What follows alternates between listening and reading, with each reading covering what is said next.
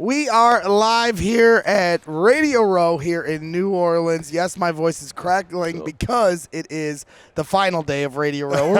We're running on fumes. Chris Canty from ESPN joins the show. How we doing? How you holding up? I'm doing pretty good. Thank you all for having me. This is a marathon, not a sprint when it comes to being able to do Super Bowl week. Yeah. So I want to let you know, the entire week, this guy, and New Orleans, you're winning. You officially got me coming into today. But this guy's been chasing everybody around, and he has wanted to talk to you more than like literally anyone 100%. else. He knows because I've been hawking him in. Because, hey, we're from Chicago. You know you trigger Bears fans on a daily basis. Yeah. And so I had to come on. We had to do a little sparring session to finish the week. I don't have the stamina I did on Monday when I was ready for you, but I'm ready to go toe-to-toe with you, Chris.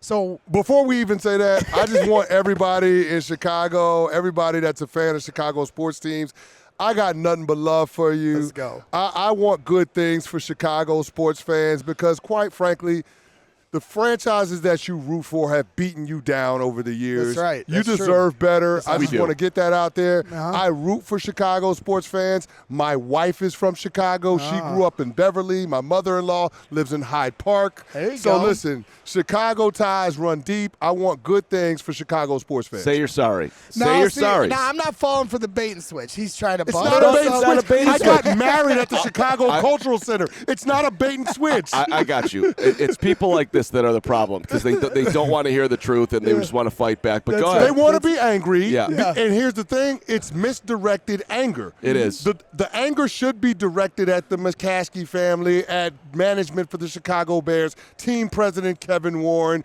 general manager Ryan Poles, and the previous revolving door that has been the former head coaches. You're not angry with me. You're angry with the mismanagement of the franchise. Yeah, we're certainly frustrated to a large extent, so it is hard when you guys go in on us because you're right. We just want to get to the What's your best mountaintop. pushback? What's your best pushback? Give him something good. I want to hear Well, it. I guess I'd want to know, like, why do you think that it's where the state of the Chicago Bears is? Let's start with you. Why do you think it's gone completely awry? Because I understand this year has been frustrating, but the silver lining is you end up with Ben Johnson. So the process feels like it is turning a corner, even though this year's results were as frustrating for any Bears fan that we've had to have in quite some time. Well, I respect the process that they went through to land on Ben Johnson being their next head coach, right? They interviewed over a dozen candidates. My only question is, why didn't they do this last year? Why would you not put your quarterback and your head coach on the same timeline? It made no sense to keep Matt Eberflus if you felt like he could be gone months away from making a decision to bring him back in 2024. And then we've seen the gross mismanagement, the poor game management from the head coach. It's not as if these issues just popped up this season. They have been ever present since Eberflus has been the head coach. Like, Flus does not have a great reputation when it comes to overall game management. 100%. And you knew that. So why would you then put him with a rookie quarterback? It just makes no sense. Well, let me rewind so I can just get caught up here. Would you have traded Justin? Yes, I would have traded You would have Justin traded Fields. Justin. Would you have drafted Caleb? I would have drafted Caleb. You would have drafted Caleb. Yeah. Okay, so your main contention with the Bears right now is that they put Caleb in a terrible position year one. You But would then I have. guess- Here's what I would say, though. Here's what I would say. In saying that I would have drafted Caleb, I would have drafted a quarterback the year prior. Okay, So I would have punted. You would have punted on Justin earlier. When I had the number 1 overall pick, instead of flipping that to the Carolina Panthers and letting them draft Bryce Young, I would have drafted C.J. Stroud. The opportunity cost of hanging on to Justin Fields a year late, the opportunity cost of passing on to Jaden Daniels, those are things that you have to hang on the general manager because it's his responsibility to filter through all of it and decide what the best pathway is for the Chicago Bears when it comes to the quarterback. So if I went through the first tape, you would be saying at the time that CJ was better than Bryce? Yes. You would have said, wow. Yes. The college football playoff game against Georgia told me all I needed to know. Losing Marvin Harrison Jr. in the first half and then, in effect, leading what should have been a game-winning drive had the kicker not missed. That was all I needed to know from CJ. And if you remember that game, CJ Stroud not only showed you the arm talent, but he showed you that he can use his legs to get himself out of trouble. See, and just for the record, and you can have the rest of this, I try to make that point that, yeah, it was a sweet trade. But if CJ turns out to be the best quarterback of all of it, then he's worth Darnell Wright, Tyreek Stevenson, Torrey Taylor, all of it. If he's that guy. Now, he did step back this year. Now, of course, if Caleb gets there, say he that's stepped fantastic. back, but he won his division for a second year in a row, and Exactly, he won a playoff game exactly. a second year in a row. All I said was step back. I didn't say he fell off a cliff. Yeah, absolutely. So it was a little. He didn't. I mean, it was hard to not step back from what he put out his first year. Now, I'll say this much. Okay, you said last year trade Justin Fields. You would have drafted Caleb Williams. Check. But I think the silver lining and where I might say something like, who were you going to hire as head coach? I wanted Jim Harbaugh. A lot of Bears fans wanted Jim Harbaugh. But the reality is, the organization didn't want Jim Harbaugh the reality inexplicably. And the reality is Jim likely was going to go to L.A. no matter what. We can't say that with certainty, but it just felt that way, that he wanted to go back to that side of the coast. So you could have hired Ben Johnson a year ago. But now his resume is a little more developed. He said he needed another year to cook in the oven as a coach.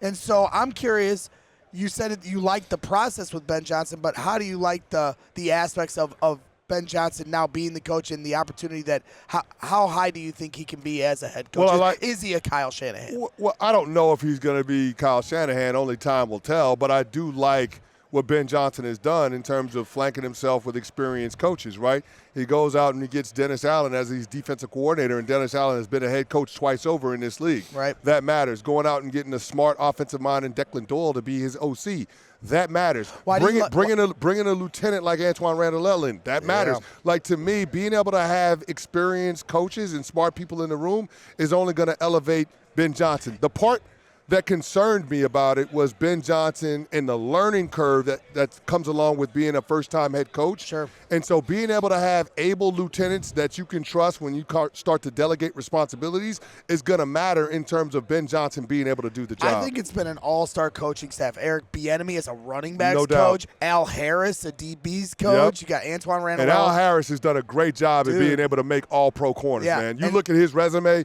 he's done a phenomenal job 100%. At being able to take guys that aren't necessarily premier draft picks and turn them into all-pro talents. He's going to help Tyreek Stevenson, right? And so now you've got Tyreek Stevenson needs a lot of help. Yep. So you've got Antoine Randall and JT Barrett that follow over. So that to me is exciting, and I think that's where he's going to be able to do his job, where you have all these other people able to, kind of do what the Lions did in terms of a culture. Yeah. How important is that to you? Because, you watch the Lions coaching staff, it's a lot of former players, and and I don't know how many former players were your coaches back in the day, but, do you feel like that's something that more teams need to tap into the way the Lions have? Well, I don't think it can hurt to have somebody that has had the experience in being on the field. The practical application of the stuff that you're learning in the classroom matters, because you can draw it up one way, but we all understand it's something different when you put your feet on the grass. Right. And having people that understand that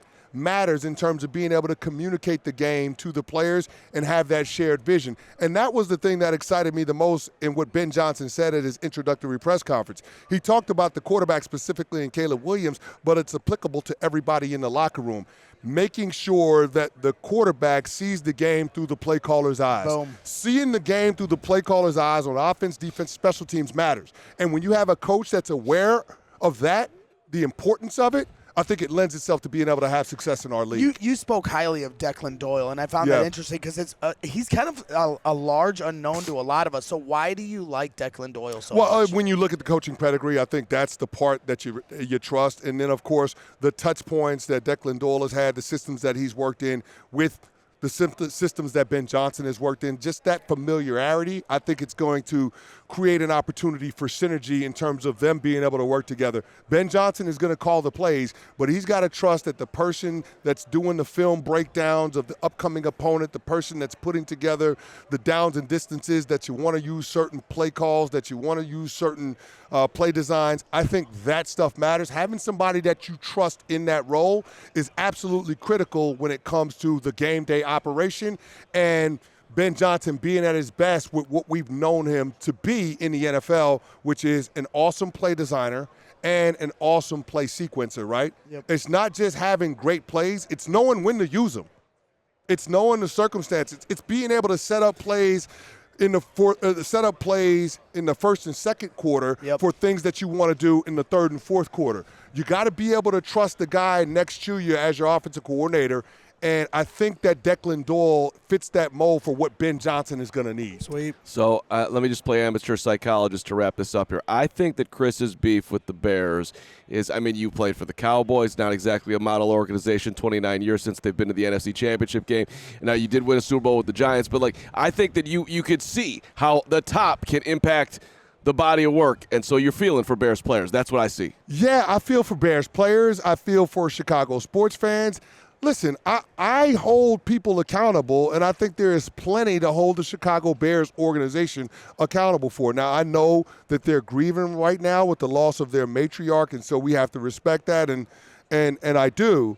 But I think it's hard to ignore the dysfunction, the mismanagement that we've seen years on end. And at some point, it's got to stop.